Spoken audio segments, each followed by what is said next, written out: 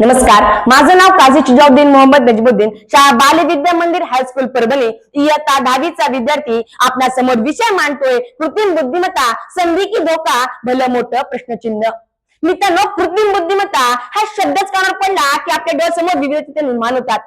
अनेक तज्ञांचं असं मत आहे की एआय म्हणजेच कृत्रिम बुद्धिमत्ता हितासाठी चांगली आहे, तर कित्येक बुद्धिजीवींचं असं देखील मत आहे की एआय म्हणजेच कृत्रिम बुद्धिमत्ता हितासाठी वाईट आहे. तर आहे तरी काय, चांगलं की वाईट, हे शब्द रूपात मांडण्यासाठी उभा आहे. नमस्कार, मी स्पर्धा कोट क्रमांक आपल्या समोर विषय मांडतोय कृत्रिम बुद्धिमत्ता, संधी की धोका, भलं मोठं प्रश्नचिन्ह.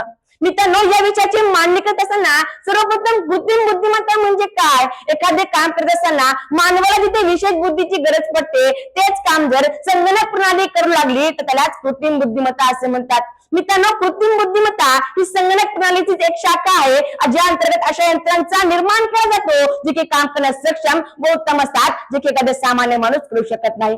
मित्रांनो, कृत्रिम बुद्धिमत्तेचे पण 3 प्रकार पडतात. सर्वप्रथम नॅरो कृत्रिम बुद्धिमत्ता, दुसरा सामान्य कृत्रिम बुद्धिमत्ता आणि तिसरा कृत्रिम सर्वोत्तम बुद्धिमत्ता, असे कृत्रिम बुद्धिमत्तेचे पण 3 प्रकार पडतात. तर मित्रांनो, सर्वप्रथम नॅरो कृत्रिम बुद्धिमत्ता म्हणजे काय, दिलेले काम हे उत्कृष्ट रीतीने व लवकरात लवकर करू शकतो, याला नॅरो कृत्रिम बुद्धिमत्ता असे म्हणतात. उदाहरणार्थ एक्सरेटा प्रोव्हाइड. तर मित्रांनो, सामान्य कृत्रिम बुद्धिमत्ता म्हणजे काय, दिलेला डेटा प्रोव्हाइड केल्याने तेवढंच काम करत नाही, त्याच्या पलीकडे जाऊन कीवर्ड कॅच करून झाडात आणून देतो.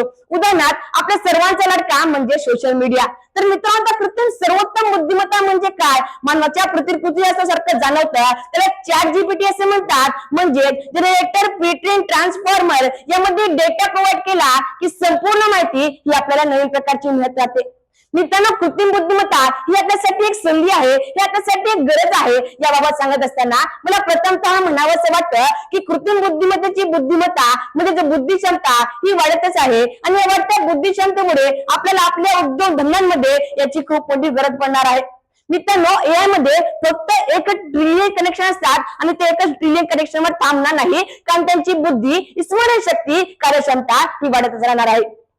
मित्रांनो, पृथ्वी तलावर सर्वात बुद्धिमान कोण असा जर कोणी प्रश्न विचारला तर त्याचे उत्तर असायचे की माणूस, पण याच्या वाढत्या बुद्धी क्षमतेमुळे त्याला सगळ्यात बुद्धिमान बनावे लागणार आहे आणि यामुळे आपण आपल्या दैनंदिन जीवनात सुद्धा याचा अचूक प्रमाणे वापर करू शकणार आहोत. यामुळे शिक्षा में विस्तार होगा, चमत्कार भी होगा, नए तकनीक होंगे, नए तरीके होंगे, समझाने के और भी सलीके होंगे, शिक्षा में तो आविष्कार ही होगा.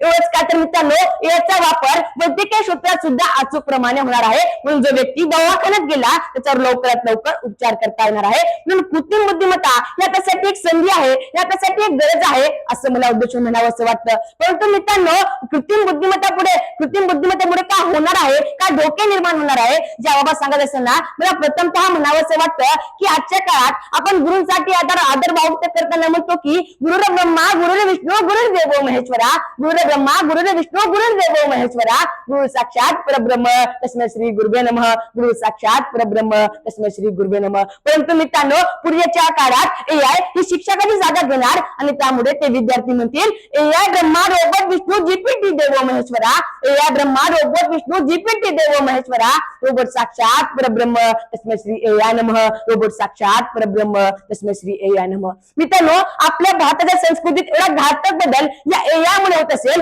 कृत्रिम बुद्धिमत्तेमुळे होत असेल आणि असं जर होत असेल ना, तर विषयाच्या शेवटी दिलेलं प्रश्नचिन्ह मला चिंता देणारं वाटायला लागतं. मित्रांनो, याच्या वाढत्या बुद्धी क्षमतेमुळे नोकऱ्या 47% कमी होणार, कारण एआय हे माणसाच्या जागी काम करणार आणि त्यामुळे बेरोजगारी सुद्धा खूप वाढणार आहे.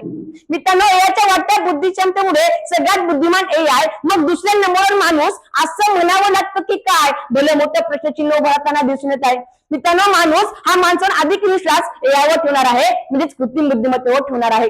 सातव्याची समजूत टेक्नॉलॉजीचा निर्माण केला जातो, टेक्नॉलॉजीचा वापर करा, टेक्नॉलॉजी तुमचा वापर करणार आहे असं म्हणण्याची गरज पडली आहे. म्हणून मला म्हणावंसं वाटतं कृत्रिम बुद्धिमत्ता के उपयोग को बंद कर डाला, कृत्रिम बुद्धिमत्ता के उपयोग को बंद कर डाला तो पुरी लाईफ झिंगा लाला. मित्रांनो, आपल्या आई वडिलांचं स्वप्न असतं की माझं लेकरू मोठं झाल्यावर डॉक्टर व्हावं, इंजिनियर व्हावं, परंतु पुढच्या काळात झालेलं आहे ते डॉक्टरची जागा घेणार, इंजिनियरची जागा घेणार आणि त्यामुळे त्या आई वडिलांचं स्वप्न भंग झाल्याशिवाय राहणार नाही. मित्रांनो, जर आपण एका माणसाला त्यात चाकू दिले तर त्या माणसाने ठरवायला पाहिजे की आपण त्या चाकूने एखाद्या माणसाचा गळा कापायला पाहिजे की त्या माणसाच्या गळ्यातला फास कापायला पाहिजे, हे त्या माणसानं ठरवलेल्या निर्णयावर अवलंबून असतं.